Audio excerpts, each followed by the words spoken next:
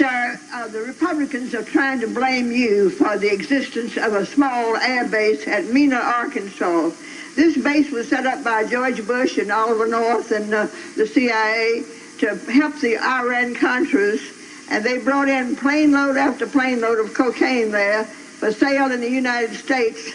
And then they took the money and bought weapons and took them back to the Contras, all of which was illegal, as you know, under the Bolin Act. But tell me, did they tell you that this had to be in existence because of national security? Well, let me answer the question. No, they didn't tell me anything about it. They didn't say anything to me about it.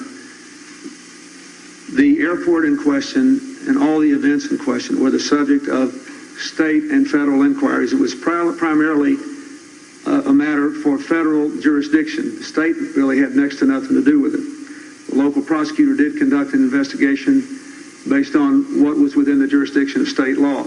The rest of it was under jurisdiction of the United States attorneys who were appointed successively by previous administrations. We had nothing, zero, to do with it, and everybody who's ever looked into it knows that.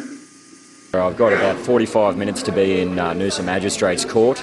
I'm just using this as an opportunity to be able to get into the Star Chamber of the court with a bat, with George Bush, Bill Clinton and John Podesta's names written on it, because the, you're right, little baby over there, you're all right.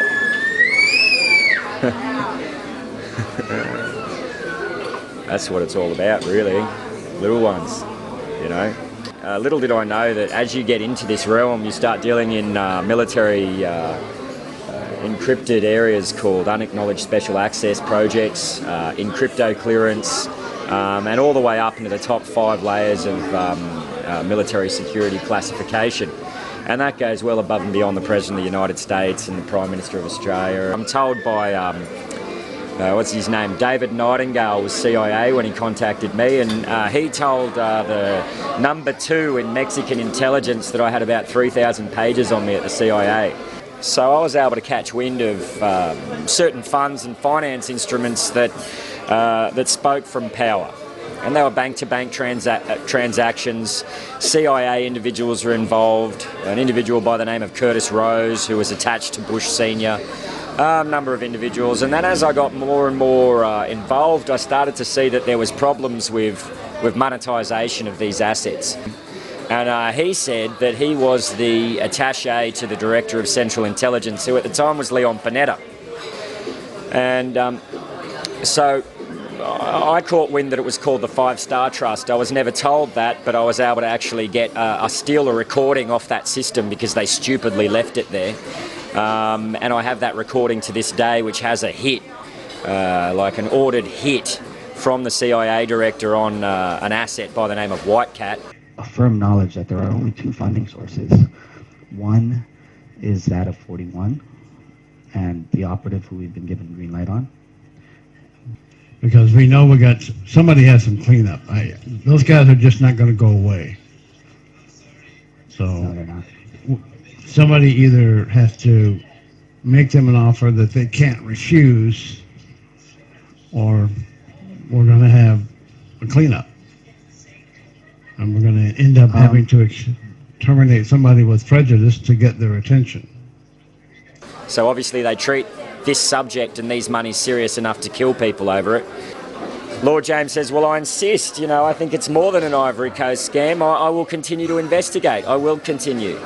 And so the pitch and the tone of the conversation changed, and Lord James was told, well, you're now being informed that you're interfering with the highest level of British security since World War II. So these monies are so fragile in international relationships that countries will go to war over them. Off-balance monies that are more powerful than the US economy, that aren't on balance, that aren't seen, that aren't publicly traded, and that can be used to buy stuff in the black market. Weapons, guns, drugs. And now where do we think they came from? So I have the FBI document, right? The monies were CIA, cocaine and drug monies from Nicaragua. You know, that's how they needed to create clandestine networks within the banking infrastructure that RBS Global calls Chinese walls or Chinese boxes. And in order to talk about certain classified accounts, you need border crossing permissions. You know, so the banks operate in the same compartmentalised ways that the intelligence agencies operate. And in that way, the banks and the intelligence agencies are colluding with power off balance in the black market. And this is what's been happening. You don't get a single response from the Prime Minister of Australia, from the Foreign Minister of Australia, from the former Prime Minister Tony Abbott. And we're talking about Malcolm Turnbull, by the way, and Julie Bishop. You don't get a response from the Attorney General's office. The Attorney General, who's supposed to be the summit of law enforcement in Australia, of law enforcement investigations in Australia.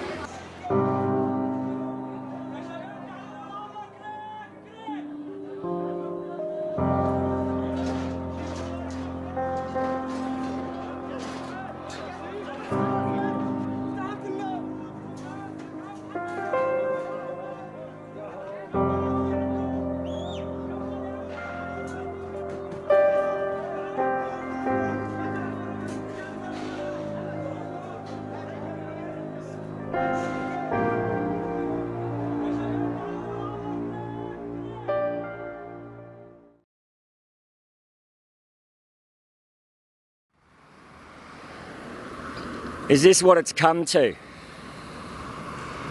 Is this what it's come to? That a man has to stand in front of your courts with SWIFT notes worth 15 trillion. 15 trillion was SWIFTed in 2009, 15 trillion US dollars. Who wants to be accountable for that? Anybody want to ask any intelligent questions about this document? About these SWIFT notes? About why the FBI's confirmed this investigation on the CIA? How has it come to this?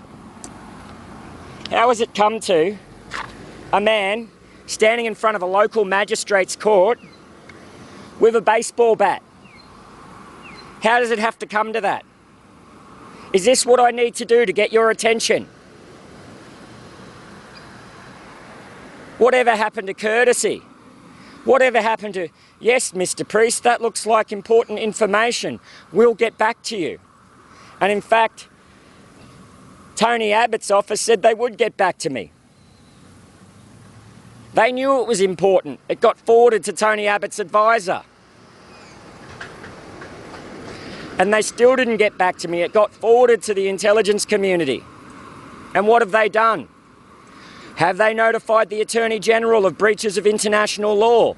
No. Why? Because the Australian government is complicit.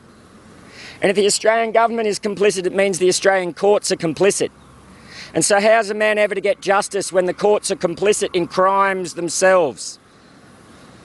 How's a man ever to get justice when the very police who are here to protect, serve and look after the community threaten to beat a man wearing balaclavas as they beat him?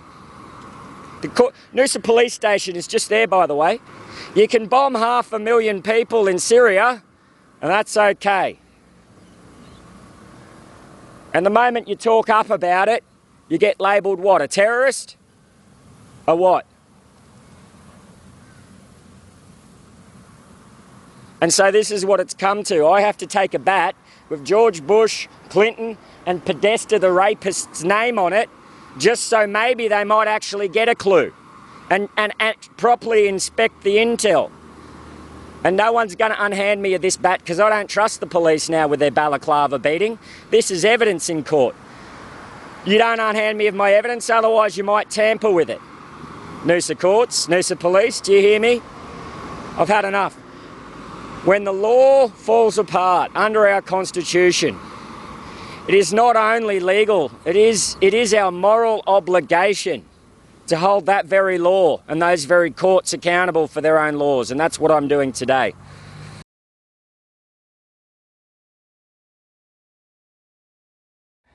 Yo, okay, so I'm just sitting out front of the Noosa Heads police station. Just had some officers from a very good unit come and visit me about this information. and they wanted copies, me handing this document. So I'm just going to hand it into the police station right now. It's this document here.